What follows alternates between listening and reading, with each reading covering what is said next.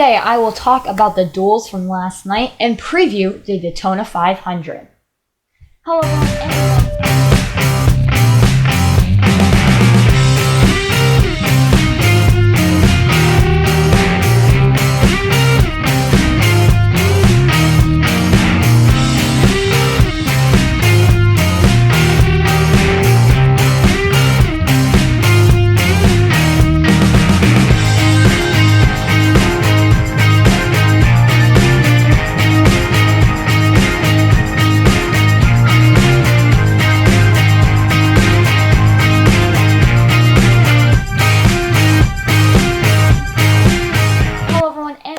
Back to another video.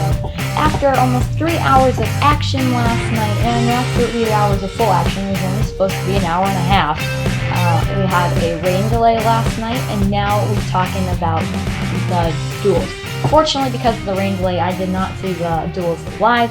I watched a replay of them this morning. But anyway, hi everyone, and welcome back to another video. If you're new, subscribe to this channel and give it a big thumbs up because we are on the road to 50 subscribers. We're 5 away right now, so let's keep this going as much as we can, and we are going to talk about all of this today. Let's start with duel number 1. Of course, rain delay came right after, but it was a decent duel. I noticed in this duel that top lane is definitely going to be used a ton in today's race. I mean, I saw them riding up on that top a lot, and we'll see what goes on later on when we get to the 500. Of course, duel 2, a little more side-by-side action and a little more wrecks. It was actually the first real caution came out in this duel, and so that brings some people to concern. For me, I understand why you would be concerned and why you would be a little upset about, maybe the way the race went, maybe a little bored about it. But I really just thought that the race was good in duel number 1. Duel number 2, a lot of side-by-side. Pit strategy, of course, it's a duel, and we had to qualify. But we noticed that William Byron is just hauling his way up to first. There's been a lot of unknowns about the front row this year. I think it's one of the most unknown front rows ever. William Byron crashes. Most likely he'll be dropped back to the back of the field. Not only does Willie B crash and probably going to go to the back of the field, we also learn not just he is in trouble with this weekend. We also now know that Alex Bowman could have engine failure. So right now all of that is up in the air because Alex Bowman had problems with the engine early on in the race. Let's talk a little bit more about duel number 1 as we look at the finishing results. Later on in this video, of course, I will talk about the Daytona 500 preview, as I said earlier. And to win this duel was Eric Almirola. You gotta be a little impressed with him, being able to do that, win this duel, maybe start off a season that we hope he can have an extremely successful one. It's starting off so good right now. It's starting off pretty good. Christopher Bell had a pretty good race in this duel. Definitely made a few rookie mistakes common at Daytona, but still, you've got to be good and you have to be fast in this one. Ryan Newman in 3rd place. Joey Logano finished 4th. He was in the lead for a lot of this race until it kind of all went haywire. Then Ryan Preece, who advanced himself on time into the next one. We'll get to that right after I go through these results. Ty Dillon in 6th, and this leads to the thing we're going to talk about after. Kyle Larson in 7th in that 5. Daniel Suarez, 99 car, looks fast, guys. He'll be a threat unless he wrecks. McMurray in 10th had a slow car, and that's the problem right now. He can win the 500 if everything falls his way. I don't think he can win with speed. Stenhouse, DiDabeto, Hamlin, Custer, Reddick, Austin Cindric, who did make it in, Eric Jones, Quinn Hoff, Timmy Hill, Bowman, Ware, Balicki. Let's get into this controversy from duel number 1 real quick. Ty Dillon finished ahead of Austin Cindric, but because Ryan Preece, who was already locked in because of speed at qualifying, he's already into the Daytona 500 because of his speed, well, he passed Ty Dillon, with the final seconds of today's race, he passed him. And then here we go yet again. We see that people are very confused. And the way it works is because Ryan Preece passed him and was the highest finish open car, now this is NASCAR rules, he then takes the open car position in the next fastest from qualifying, which was Wednesday, and Austin Cindric had that next fastest time. Now, I personally wanted to see Austin Cindric in this weekend's races, so I'm not upset about it, but we'll see what goes on. I mean, I'm personally not upset about the way it's all going, and I'm fine with how it went, but definitely a little bit upset. And I understand how people can be upset about this, right? You know, it's a difficult situation, but it is what it is, right? Because, you know, that's the way the rulebook is. If I'm NASCAR, I'm changing the rulebook that if whoever the open car is that gets in on speed is no longer considered an open car, and if they wreck whatever like that, it'll be the same thing as the pole cars. You know, if the pole cars win, it's not going to affect these other cars. They should be the same exact thing with the duels here. I think the duels are a great way of qualifying, and I kind of wish it was at every racetrack. I know we can't do that, but every track we have an opportunity to do it, I think we should definitely do it, because this duel race was more excited because of that. And Austin Cindric, I want to see him in the Daytona 500, so I'm not very upset about this. Yeah, I mean, we'll see what goes on behind the scenes. I'm not upset yet. Duel number 2 at Daytona. Let's take a look at the finishing results here. Austin Dillon wins after making it on that final lap, having some luck falls away. There's like 10 cars in contention at the end of that race, and that final lap was pretty chaotic, but Austin Dillon was able to get in the lead. Bubba Wallace in second. That 23 car is showing lots of speed in Daytona. I'm keeping my eyes on him in Daytona road course. It didn't look so good, but so far with Bubba behind the wheel, Bubba looks good. Bubba looks like he knows what he's doing behind that wheel. We'll see if he really does.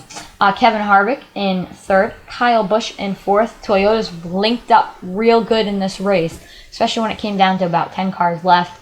But still, really linked together, played a good race, and that came to their advantage. Chase Elliott in fifth. Ryan Blaney in sixth. LaJoie in seventh. Reagan in eighth. Kurt Busch in ninth.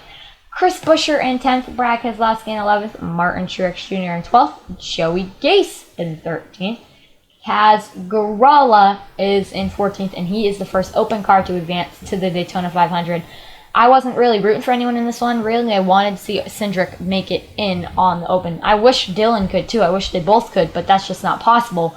So I was rooting for Cindric. But hey, Kaz Grala makes it in right now. Then Chase Briscoe got caught up in a wreck. So did Smithley, Cope, Graxon. Byron, of course, had that accident. He was out. Ross Chastain, of course, got caught up in that too. Alfredo, who was running, got caught up in that accident. And BJ McLeod finished 22nd, also got caught up in that accident. So, in the grand scheme of things, there you have it. You have the drivers that make it in. You got Austin Cindric, Ryan Preece, Kaz Grala, and I believe Smithley all made it in. Don't correct me if I'm wrong in the comments down below.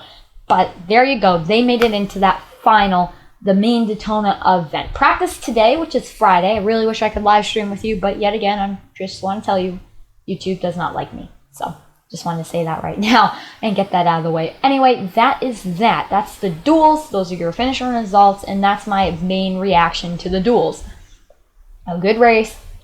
Gave me some good thoughts about the 500 and some scary thoughts. You know, there's a lot of rookies out in that field that can make rookie mistakes. Bubba Wallace is making a few mistakes, you know, jumping up and blocking way too early. A veteran blocking scares me. A rookie who doesn't normally block often, and that's Bubba Wallace. He's not a veteran at these tracks.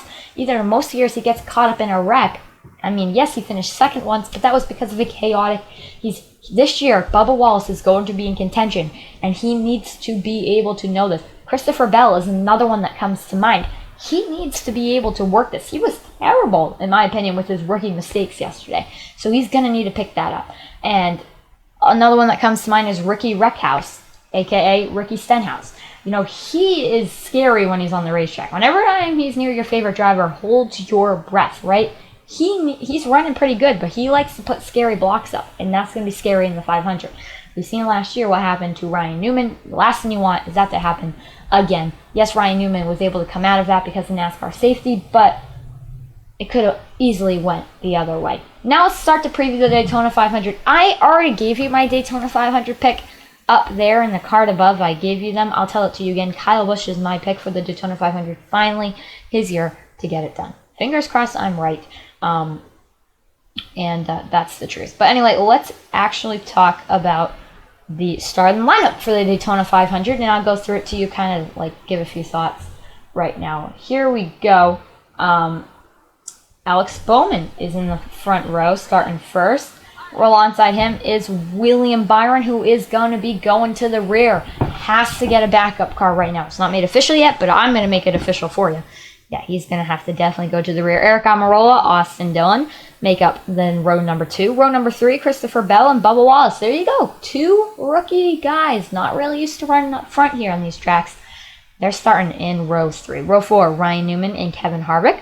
Row 5, Joey Logano, Kyle Busch. Row 6, Ryan Preece, Chase Elliott. And Preece, of course, made it in on time. He's one of those open cars. Row 7, Kyle Larson, Ryan Blaney. Row 8, Daniel Suarez, Corey LaJoy. Row 9, Michael McDowell, David Reagan.